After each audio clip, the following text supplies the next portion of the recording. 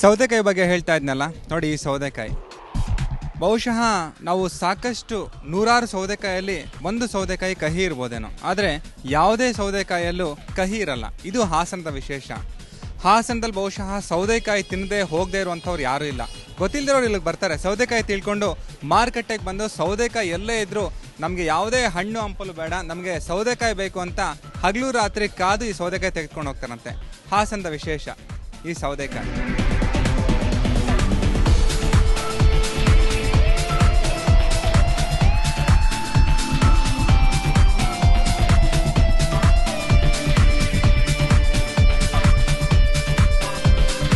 ದ್ವಿತೀಯ ಪದವಿ ಪೂರ್ವ ಶಿಕ್ಷಣ ಪಡಿತಾ ಇರುವಂಥ ನಿತಿನ್ ಈಗ 1 ನಿಮಿಷ ಪರಿಪೂರ್ಣವಾಗಿ ಬೇರೆ ಯಾವುದೇ ಭಾಷೆ ಮಿಶ್ರಣ ಮಾಡದೆ ಕನ್ನಡದಲ್ಲೇ ಮಾತಾಡಿ ನಾವು ಕೇಳುವಂಥ ಸರಳವಾದ ಆಂಗ್ಲ ಪದಕ್ಕೆ ಕನ್ನಡದಲ್ಲಿ ಅರ್ಥ ಕೊಡ್ತಾರೆ.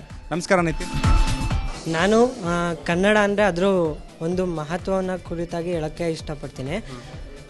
ನಾವು ಕನ್ನಡದಲ್ಲಿ ನಮ್ಮ ಕವಿಗಳೇ ಹೇಳಿದಂಗೆ ಒಂದು ನಾವು ತಗೋಬೋದು, ಕನ್ನಡ ಏನೇ ಕುಣಿದಾಡುವುದೆನ್ನದೆ ಕನ್ನಡ ಏನೇ ಕಿವಿ ನಿಮಿರುವುದು ಅಂತ.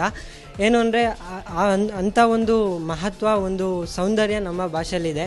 ಇಂಥ ಒಂದು ಸೌಂದರ್ಯ ಒಂದು ಭಾಷೆ ಅನೇಕ ಇತರ ಭಾಷೆಗಳಲ್ಲಿ ನಾವು ಕಾಣೋದು ತುಂಬ ಏನು ಸಹಜ ಅಂತ ಹೇಳೋಕ್ಕಾಗಲ್ಲ. ಸೊ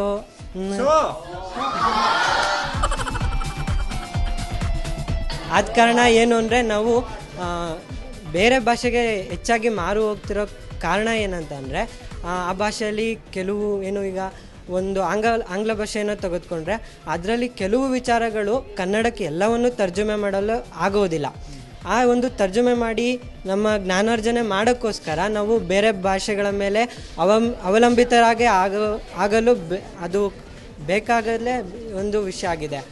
ಆದ್ದರಿಂದ ಸಂಪೂರ್ಣವಾಗಿ ನಾವು ಕನ್ನಡ ಮೇಲೆ ನಮ್ಮ ಒಂದು ಭಾವನೆಯನ್ನು ಇಟ್ಕೋಬೇಕು ಅಂತ ಏನು ಇಲ್ಲ.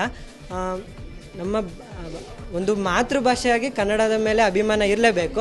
ಆದರೆ ನಮ್ಮ ಜ್ಞಾನಾರ್ಜನೆಯ ಒಂದು ಉದ್ದೇಶದ್ದಾಗಿ ಆಂಗ್ಲ ಭಾಷೆ ಆಗಲಿ ಇತರ ಭಾಷೆ ಆಗಲಿ ಅಥವಾ ಅವರಿಂದ ಉತ್ತಮ ಗುಣಗಳನ್ನು ಕಲಿಯೋಕ್ಕೆ ಬೇರೆ ಭಾಷೆ ಬೇಕಾಗುತ್ತೆ. ಆದರೆ ಯಾವತ್ತೇ ಆಗಲಿ ನಮ್ಮ ಮಾತೃಭಾಷೆನ ಬಿಡಲೇಬಾರ್ದು. ಆದಷ್ಟು ಕನ್ನಡದಲ್ಲೇ ಮಾತಾಡಬೇಕು.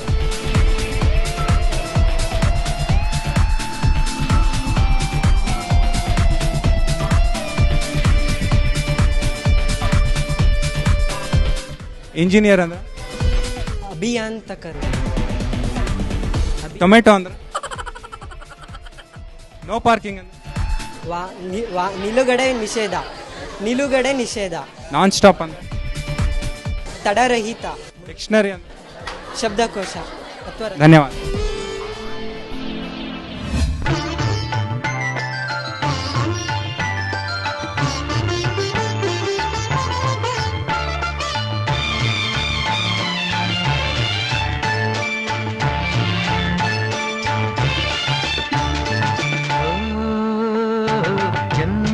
ಸೌಂದರ್ಯ ಕಂಡೆ,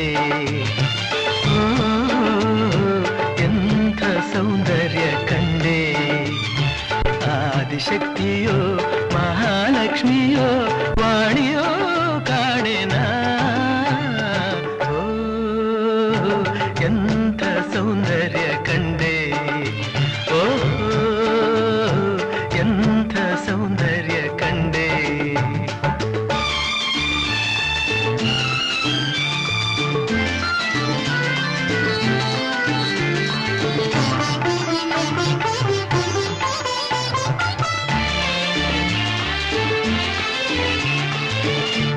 ಹೊಳೆಯುವ ಕಣ್ಣುಗಳು, ಬೆಳಗುವ ದೀಪಗಳು,